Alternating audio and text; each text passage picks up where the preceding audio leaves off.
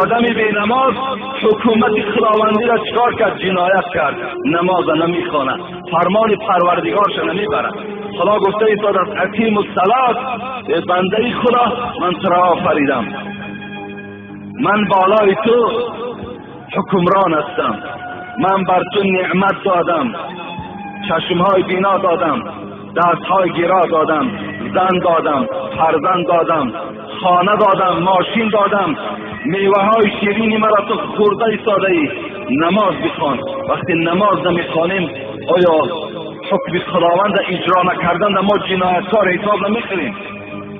ما جنایتکار هستیم در نزد پروردگار. روزی می شود که ما و شما را پروردگار برای بینمازی در محکمه سودی خود میکشد، لیکن نه این گونه. این زندان ها خیلی خفیف هستند، خیلی ساده هستند و راحت زیاد دارند، لیکن خداوند به ما و شما داد.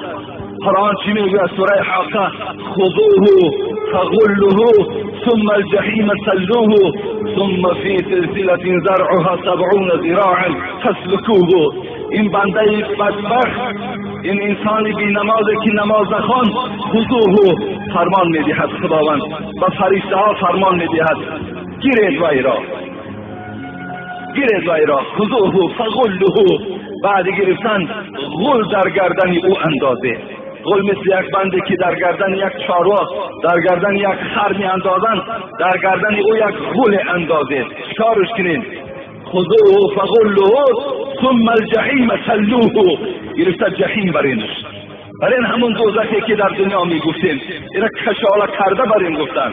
خداوند امر می کرده با همون فرشته های خود. ثم فی سلسلة زرعها 70